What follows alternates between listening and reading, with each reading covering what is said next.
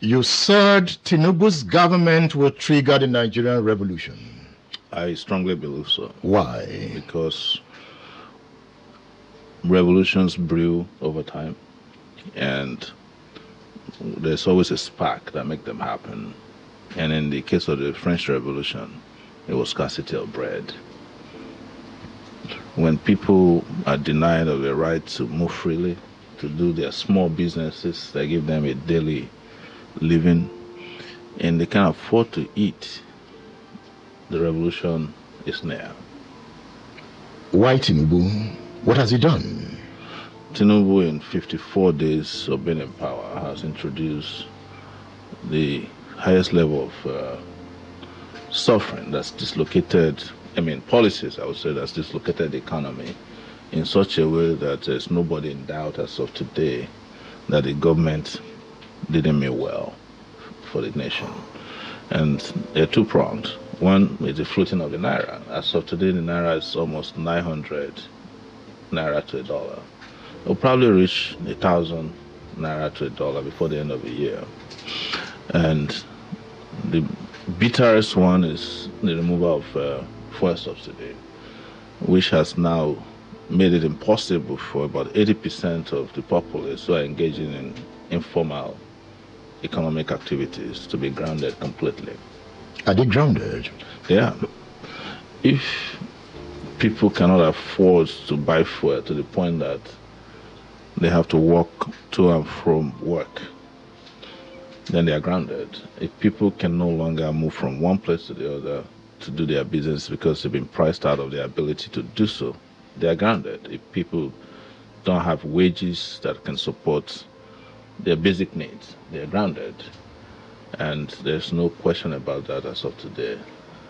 And you can see that an attempt to introduce palliatives fell flat on its face almost as soon as it was introduced. You see palliative as insult to the Nigerian people. It is an insult, but most importantly is to technically understand palliatives. It is actually a medical terminology for splashing water on a disease that you don't want to cure. In the US, when they say somebody is undergoing palliative care, it's an end-of-life type of care. That is for diseases that can be cured or won't be cured. And to introduce that into Nigeria, to say, well, we will give you 8,000, not as individuals now, but as households, for 6 months. It's just more than an insult. It's not just an insult, it's a denigration of the Nigerian people. Tinubu has backtracked. I don't know if it has backtracked because fuel prices are now at $6.50 per liter, which means that it's actually more expensive to buy petrol in Nigeria than it is on the streets of the US as of today. Perhaps Nigerians got what they bargained for. He promised to remove subsidy, and he got the votes. Well, it would be debatable if he got the votes. Debatable? Yes. In one of your posts, before Tinubu was sworn in, yes, you called Tinubu president-select. That's correct. What does that mean? Because the election wasn't an election, it was a selection of the next member of the elite.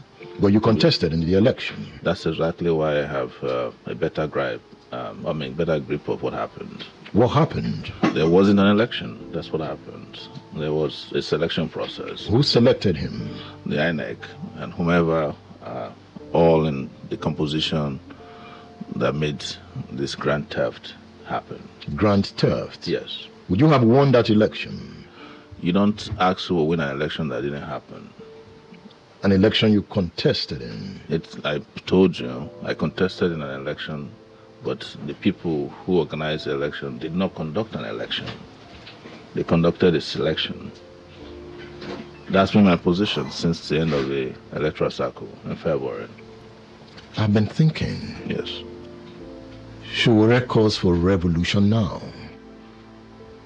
What do you mean by revolution? It's very simple. It is a total overhaul of a system of oppression, subjugation, and denial that's been our lives. It's to make a U-turn from that process and to do so by any means necessary. Did you say any means? Yes. Democratic means, you mean? Well, I do not have any other means that I've used beyond democratic means because I had to defend this in detention and in court. So you stand for democratic revolution? The revolution is a revolution. And I do not need to attach other adjectives to it. But you need to explain it. I've explained it many times. It's contained even in my statement of trial. Explain it to me.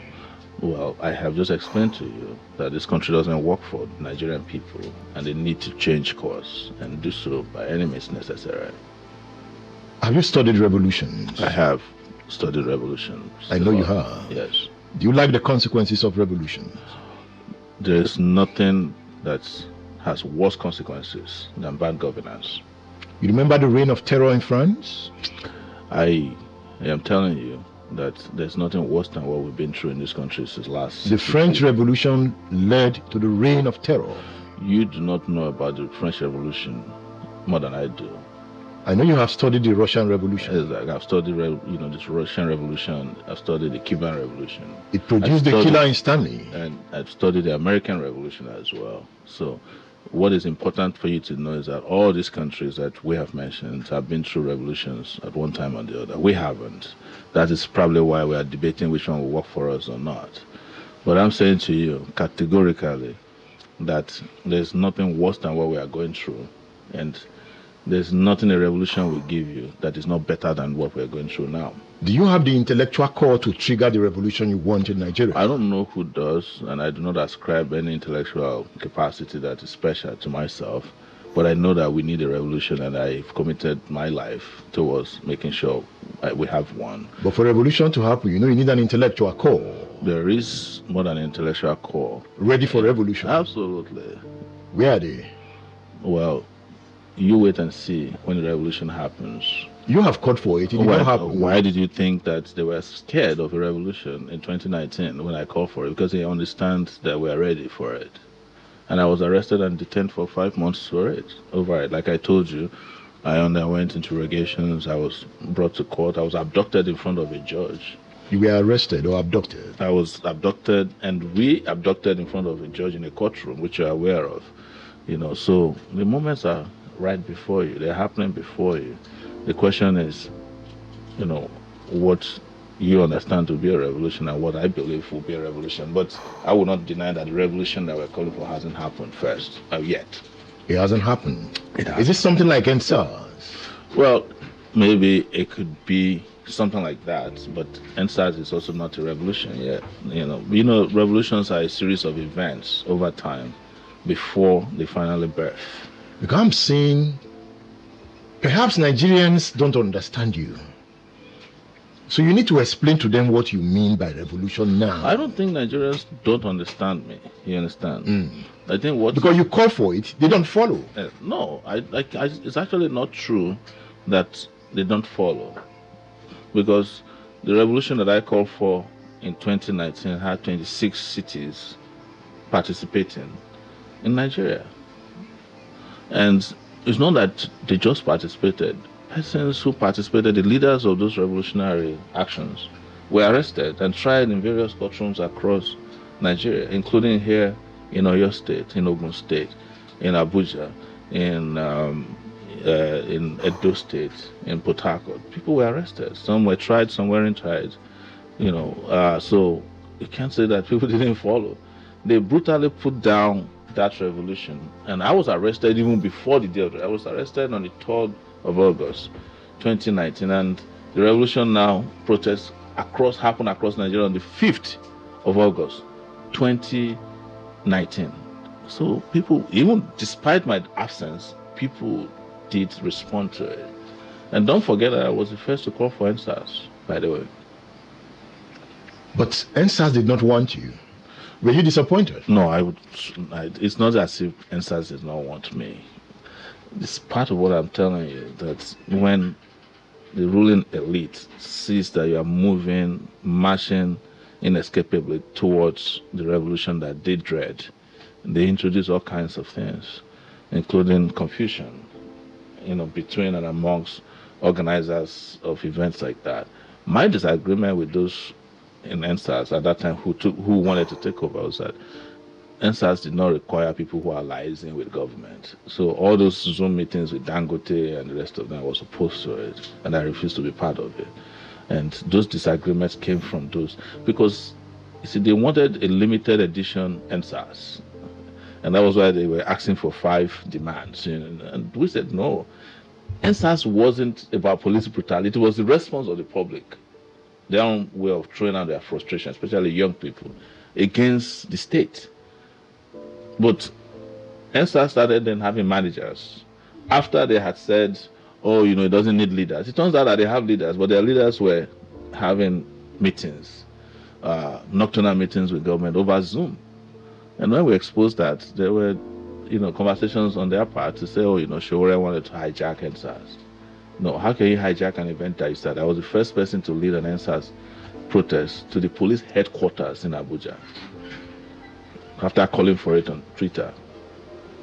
What happened in Egypt with Hosni Mubarak? Is there a revolution? The manipulation of public anger by the West, are you getting my point?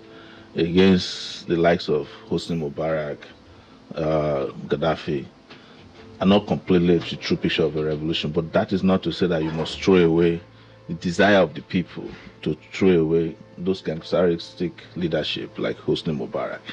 And that first stage has been achieved. Are you getting my point? The second stage was frustrated by the West because it was the Muslim Brotherhood that became the beneficiary of the revolution, the mass revolution in Egypt. And they thwarted that and then reinstated their own reactionary government in place through Sisi. So those ones are not to be overruled as revolutions, but they also can be considered as a process of revolution that has not yet been completed. So what is your clear example of a revolution? What country would you pick? I'm not after countries, all right? What model? Because somebody was asking me, Sowore is your friend. Yeah. And he's calling for revolution now. Why are you not calling for revolution now? I said, perhaps Sowore need to explain to me what kind of revolution he wants. Maybe it's because you are not my kind of revolutionary, but we are friends. so I want to know what maybe you want. Maybe you don't want to risk everything. What do you want? A revolutionary is a person who is willing to risk everything. Are you a Joseph Stanley? Maybe you haven't reached that point. Are you a Joseph Stanley? Yes, Russia. Yes. Are you a Stanley? No, I'm not. I'm not a Stalinist. You understand? I'm Sowore Omoyele. I'm a Nigerian. I am not trying. Are you a Hugo Chavez? No, I'm not trying to be anybody else. You are Sowore? I have peculiar circumstances. I have a country. It has its own topography. It has its own weather. It has its own people. It has ethnicity. It has religion. It has contradictions. You understand that we have to resolve by our own revolutionary. It is when we are done that our own become a model to be followed by others.